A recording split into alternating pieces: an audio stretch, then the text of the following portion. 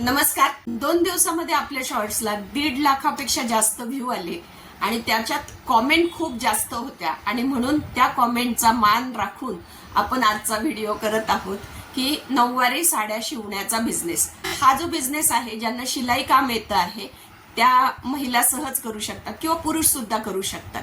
Customer कडून तुम्ही साडी घ्यायची आणि त्याची नऊवारी शिवून द्यायची, म्हणजे रेडी टू वेअर साडी तयार होते. हल्ली एवढ्या धावपळीच्या युगामध्ये ती नऊवारी साडी नेसणं पण अवघड झालंय, जमत पण नाही, आपल्याला ती कला पण माहिती नाहीये, शिवाय ती नेसून आपल्याला वावरता येत नाही. आणि म्हणून हा एक नवीन पर्याय आहे की परंपरा पण आहे ती आपल्याला जपायला फार. सगळ्याच भारतीयांना परंपरेचा खूप अभिमान असतो आणि महिलांना तर विशेषतः पारंपरिक ड्रेसमध्ये राहायला आवडतं, परंतु धावपळीमुळे त्यांना जमत नाही. तर त्याच्यासाठी हा एक उत्तम पर्याय आहे शिवलेल्या नऊवारी साड्या वापरणं. याच्यामध्ये बरेच प्रकार आहे, मस्तानी आहे किंवा ब्राह्मणी प्रकार आहे, त्याच्यात खूप प्रकार आहेत. या साड्यांना वेगवेगळ्या प्रकारची नावं दिली गेलेली आहेत. प्रत्येक प्रांतामध्ये ती नावं वेगवेगळी असतात. या साड्या रेडी टू वेअर असल्यामुळे तरुण मुली नेसतात किंवा लहान मुलांचं गॅदरिंग असतं, शाळेमध्ये काही फंक्शन्स असतात, तर त्यावेळेला सुद्धा या रेडी टू वेअर साड्या नेसल्या जातात, नऊवारी साड्या. तर या नऊवारी साड्या लहान मुलींसाठी शिवणं हे सुद्धा त्याच्यातलं स्पेशलायझेशन होऊ शकतं.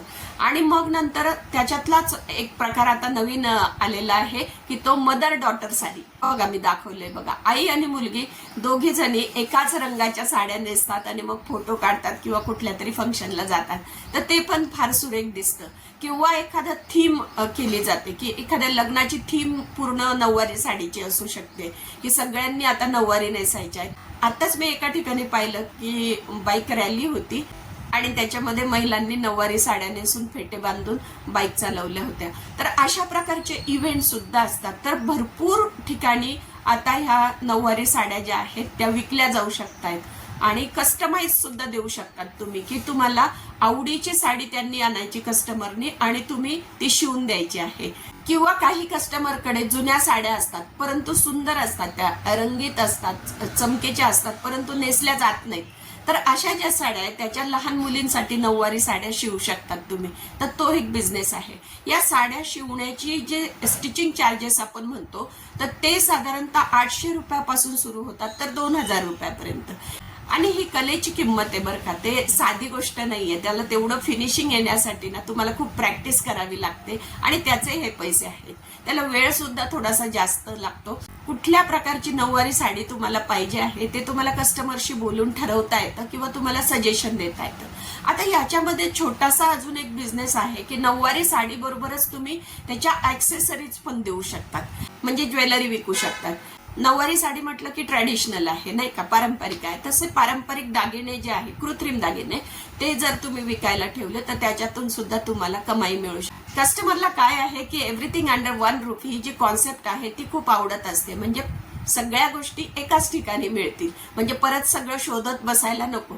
त्यामुळे तुम्ही जिथे नऊवारी साड्या शिवतात त्यावरची जर ज्वेलरी तिथेच ठेवली तर महिला त्या घेऊ शकतात. आणि हा ज्वेलरी बनवण्याचा बिझनेस तुमची एखादी मैत्रीण करत असेल तर तुम्ही दोघी जणी कोलॅबरेट करू शकतात की तिची ज्वेलरी तुम्ही विकू शकतात, त्याच्यातून तुम्हालाही कमिशन मिळेल आणि त्या मैत्रिणीचं सुद्धा सेल होईल. अशा दृष्टीने सुद्धा तुम्हाला हा बिझनेस करता. म्हणजे असे असतात बघा, हे कानातले आहेत, हे कानातले तुम्ही असे विकू शकतात, याच्या बरोबरचा सगळा साज मिळतो तर तो तुम्ही विकू शकतात किंवा गळ्यातलं तुम्ही विकू शकतात. किंवा असे ब्रॉच तयार केले जातात बघा, जे मी हे लावलेलं आहे इथे, तर तसे ब्रॉच तुम्ही विकू शकतात.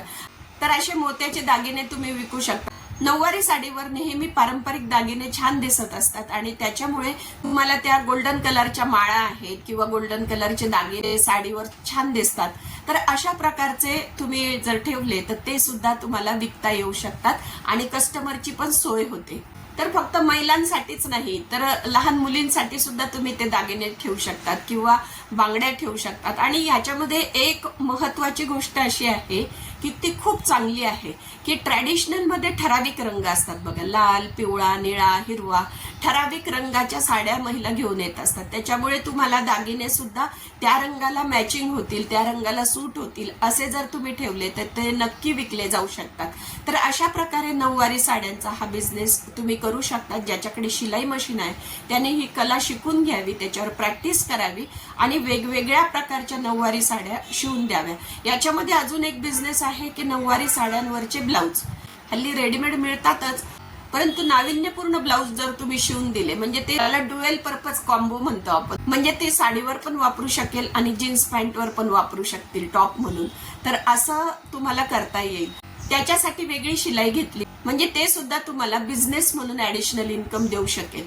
तर अशा प्रकारे हा जो आहे हा परंपरा जोपासण्याचा सुद्धा बिझनेस आहे, घरात बसून करण्यासारखा आहे आणि जी नोकरी करणाऱ्या महिलांना हौस असते तर ती सुद्धा भागवण्याचं काम तुम्ही करता आणि सगळ्यांनाच ते आवडणारी गोष्ट आहे. म्हणजे अगदी ज्येष्ठ नागरिकांना पण आवडते आणि तरुणांना पण आवडते आणि स्वतःला पण आवडते.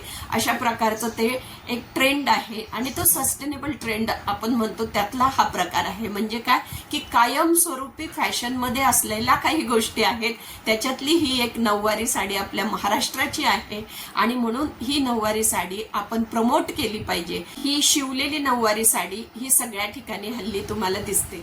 आणि मी असं बघितलेलं आहे की जेव्हा फॉरेनर येतात ना आपल्याकडे तर त्यावेळेला त्यांना संस्कृती बघायची असते. आम्ही त्यांना अशा साड्या दाखवल्यानंतर त्यांना इतकं त्याचं कौतुक वाटतं आणि त्यांना सुद्धा त्या नेसायच्या असतात आणि ह्या कसा रेडी टू वेअर असल्यामुळे ना त्यांना नेसता पण येतात. म्हणजे त्या म्हणतात अरे हे तर जीन्स पॅन्ट सारखं आम्हाला नेसता येतंय आणि हे खूप छान. आणि बरेचसे फॉरेनर आपल्याला म्हणतात की ऑनलाईन याचं जर विक्री होत असेल तर आमच्या देशामध्ये सुद्धा आम्ही ह्या कधीतरी फंक्शनला वापरू शकतो, तर तशी काहीतरी सोय तुम्ही करा. तर तसा सुद्धा आपण विचार केला. आणि दुसऱ्या देशात गेलेले आपले जे भारतीय आहे त्यांना सुद्धा आपली परंपरा दाखवण्यासाठी अशा साड्या नेतात ते आणि तिथे ते त्यांच्या वेगवेगळ्या सणासुदीला म्हणा किंवा वेगवेगळ्या फंक्शनला त्या ह्या साड्या नेसून आपली भारतीय परंपरा दाखवण्याचा प्रयत्न करत असतात. तर तिथे सुद्धा खूप चांगल्या ऑपॉर्च्युनिटीज असतात. त्याच्यामुळे तुम्ही ह्या साड्या वेगवेगळ्या प्रकारच्या शिवण्याचा प्रयत्न करा. जेवढी फिनिशिंग चांगली आहे तेवढी तुमची विक्री जास्त होणार आहे. आणि हा बिझनेस जर समजा अजूनच वाढवायचा असेल तर साड्या पण तुमच्याच असतील आणि शिवणं पण तुमचंच असेल आणि ऍक्सेसरीज पण तुमच्या असतील, ज्वेलरी पण तुमची असेल. अशा प्रकारचं एक तुमचं छोटंसं बुटीक जर तयार झालं तर तो एक छान बिझनेस होतो आणि जवळपास याच्यामध्ये 60 ते 70% नफा मिळतो. कारण काय कौशल्याचा पैसा आहे हा. तुमचं फक्त शिलाई मशीन, त्याचा मेंटेनन्स आणि तुम्हाला लागलेले धागे एवढंच फक्त भांडवल म्हणून लागतंय तुम्हाला. आणि जर समजा लाईट लागला तर लाईट, तुमची जर लाईटवर मशीन असेल तर लाईट. तर ह्या ज्या गोष्टी आहेत एवढ्या जर सोडल्या आपण तर बाकीचा सगळा कौशल्याचा पैसा तुम्हाला मिळणार आहे. त्याच्यामुळे कितीही दुनिया पुढे गेली तरी कायमस्वरूपी फॅशनमध्ये राहणारी ही जी गोष्ट आहे ती तुम्ही आत्ता शिकून घेतली पाहिजे आणि नुसतं टेलरिंग न करता आधारित असे छोटे छोटे उद्योग सुद्धा केले पाहिजे. तर कसा वाटला व्हिडिओ तुम्ही नक्की सांगा, कॉमेंट करा, सत्कर्म चॅनलला सबस्क्राईब करा आणि लाईक करा. धन्यवाद.